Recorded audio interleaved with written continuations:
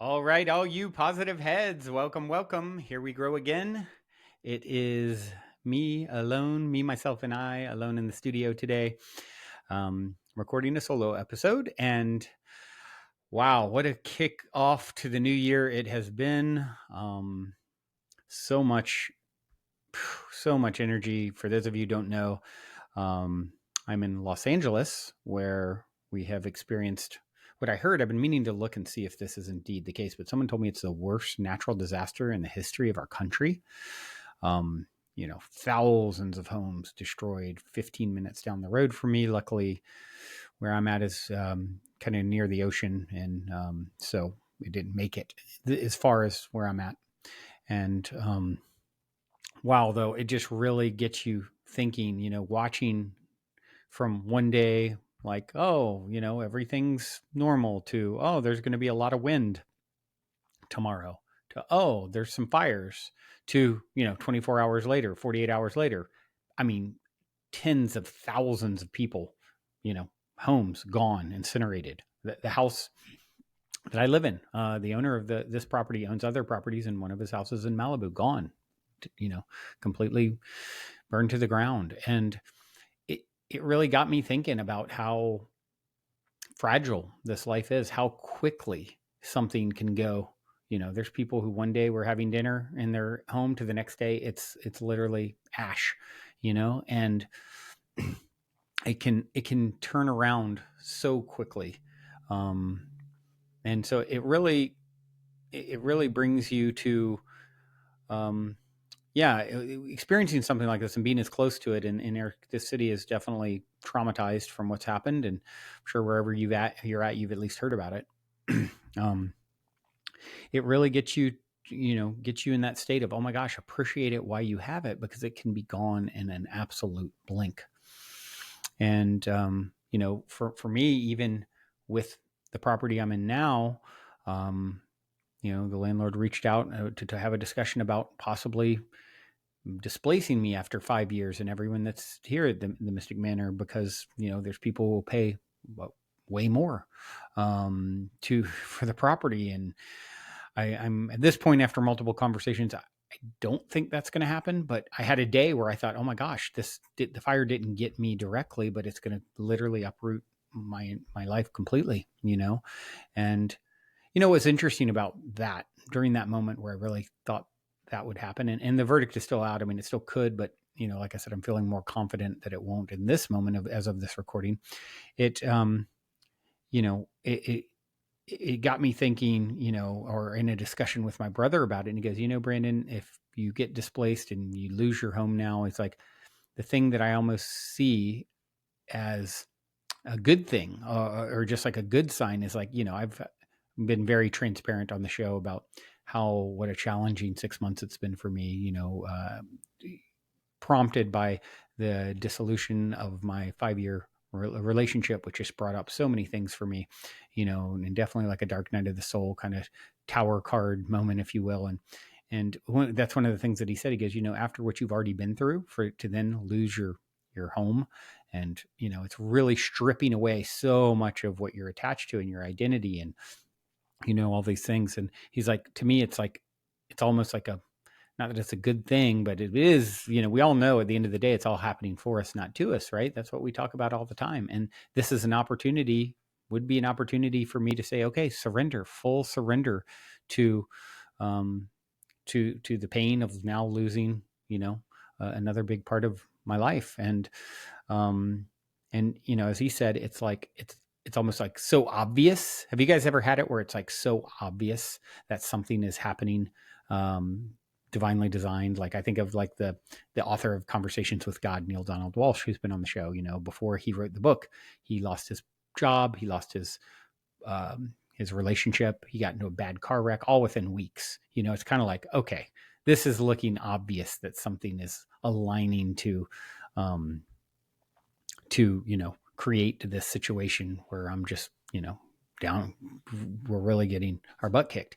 And so if you are someone who has had that experience or having that experience now, I encourage you to look at it in that way. And that's when I was having that conversation with my brother, and he pointed that out, and it's like, look, it's so obvious. You just, here's another huge blow in a sense. You're meant to like kind of get a full reset, and that should bring some comfort, because it's those the breakdowns are often before the big breakthroughs. Before you have, I heard it said the other day.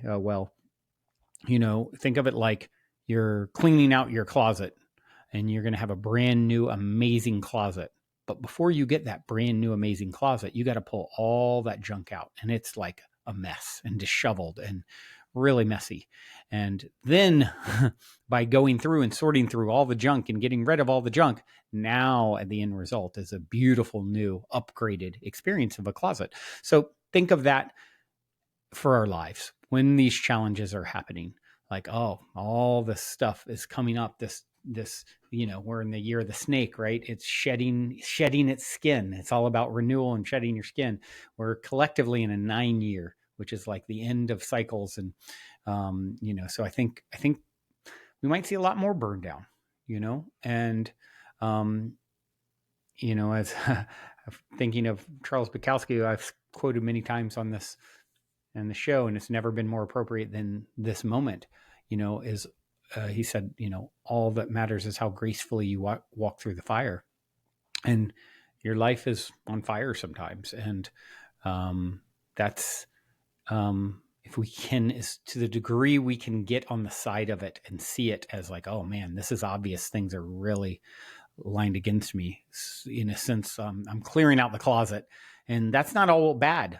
That's like, it's making way for new things. And it's such a necessary part of the formula for the up leveling that is inevitable, before it's, darkest before the dawn kind of thing.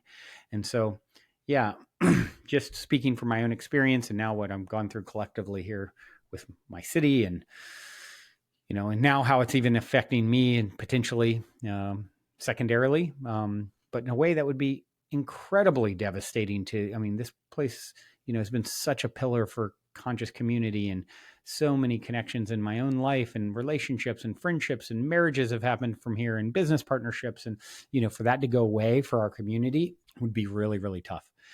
Like I said, as of this recording, I'm feeling more optimistic that for a minute I thought it was going to happen. Now I'm thinking it won't.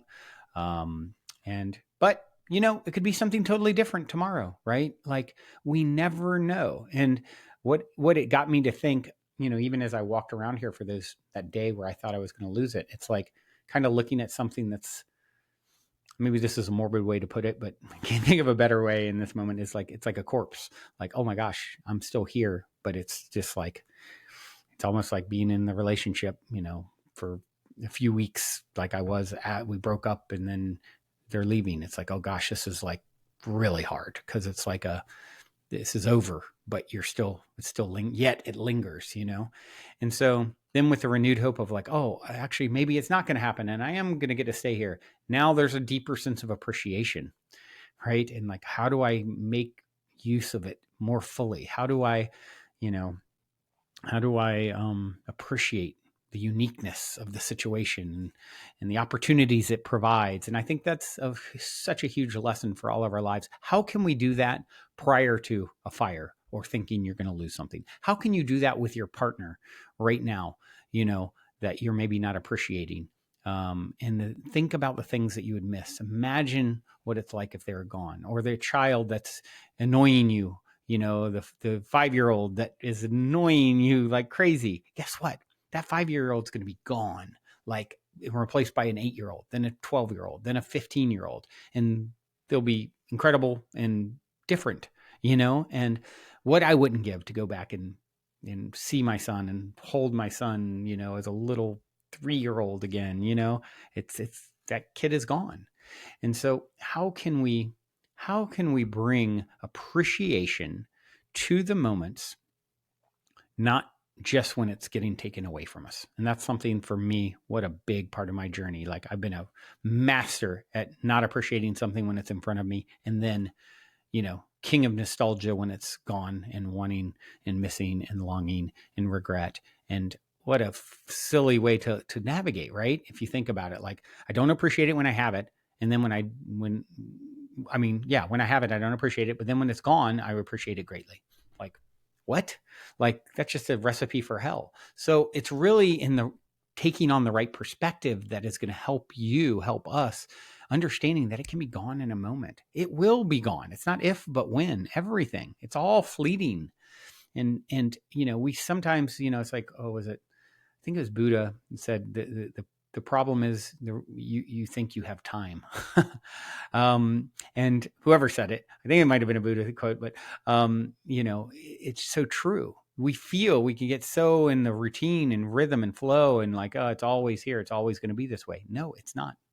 And I think it's healthy if you can tap into feeling what it would be like if it was gone, really feeling and thinking of the things that you appreciate and focusing them without the fire happening or the your place getting taken away from you or your job, losing the job, whatever it is, So that is really, front and center for me right now. And, one of the things that I'm really looking to do, like this year, I'm setting aims. I'm not making any. Someone was telling me about generators in human design, like don't make promises, like, because you have to follow your highest excitement and energy and in the moment. And so my aim, and we'll see, that could change, is I've plans to release all the optimistic episodes that I still haven't released that I originally moved into this place for. And that's one of the things that came to mind. Oh my gosh, I have this beautiful studio that I set up and I haven't even used it in a long time and even released some of the episodes. And now it's like, oh my gosh, let's use what I've got here more. And so my aim this year, guys, I say loosely because I'm going to follow whatever my highest excitement is in the moment, is to engage with you guys more, to put out more content, to find my inspiration again with this podcast in a way that I had. If you listen early on, I was so lit up and that was felt, and not that I haven't been enthused ever since. I mean, I love the conversations that I have, but I stopped doing solo episodes. This is one of only a few I've done in a long time because I wasn't feeling inspired to do them anymore. And I'm feeling some inspiration come back, and I really want to connect with you guys more. And one of the things that has inspired me the most is doing, I talked about this recently, is doing one-on-one with people, someone who has been through something hard and think they would benefit from a one-on-one conversation with me. And, or maybe you have a friend who is, been raised in a, conservative, dogmatic Christian, sort of situation their whole life. And now they're kind of considering things outside of organized religion. And you think they would be good to talk to me one-on-one. I want to do a lot of those conversations in this new year and on the show. So if that is something that you think you would benefit from talking to me about, whatever's paining you, whatever's hurting you, just connecting and hearing my perspective, or someone who, would love, would benefit and be open and is ready for, what I call the talk, really just like getting in and helping them to understand the ultimate nature of reality and who they are. And, nothing has lit me up more than having those conversations, seeing how it sinks in, and then, see them 6 months later or a year later, whatever, and be like, oh my God, that talk, that time, like completely, like it shifted me. It transformed me. Like that to me is like the highest excitement and good that I've brought to this world, is having those moments of touching other souls and so I know in inspiring others more, I will be inspired more. So yeah, if you feel like that is something that you would be interested in doing, you can actually reach out to podcast@positivehead.com and just send an email and, kind of share, or go on to positivehead.com. There's a recording mechanism, and record a little audio and send to me, about why you would like to come on and what's kind of ailing you, what you would want to talk about. And yeah, I mean, if it seems like it's something that's in alignment, maybe we'll have you on. Let's see. And like I said, if you know anyone out there too who really is primed for the talk, and to hear, my perspectives on the ultimate nature of reality, I'd love to have you, connect them as well. I think that could be, like I said, a very inspiring thing. And I think it's an inspiring thing for all people to hear, see, and witness. So that's the cool thing about doing an act for someone else, if you ever do a kind act for someone else, it releases all the feel-good chemicals in your brain. It also releases all the feel-good chemicals in their brain, the person, the recipient of your act of kindness and the love that you're giving, and anyone who witnesses that act of kindness. So yeah, let's do a lot of that together this year, shall we? And yeah. Like I said, just reach out and let me know. We have podcast at positivehead.com if you'd like to come on the show. And of course, you got to be willing to be vulnerable and share. But it's in, sharing that way. What's great about it is other people that hear it can relate and have the same issue oftentimes. And so, yeah. Other than that, that's really mainly what I wanted to cover today. Just understanding if you're going through the fire, if you're going through hell, keep going. If you have had it really hard, instead of like, this is how it is for me, I get my butt kicked. No, the breakdowns are before the breakthroughs. So it's all a setup. It's all a setup in your favor. It's all a setup. So get excited about what's on the other side of the hardship and get smart and start appreciating what you have, why you've got it. The number one way to abundance is appreciating what is already in your life.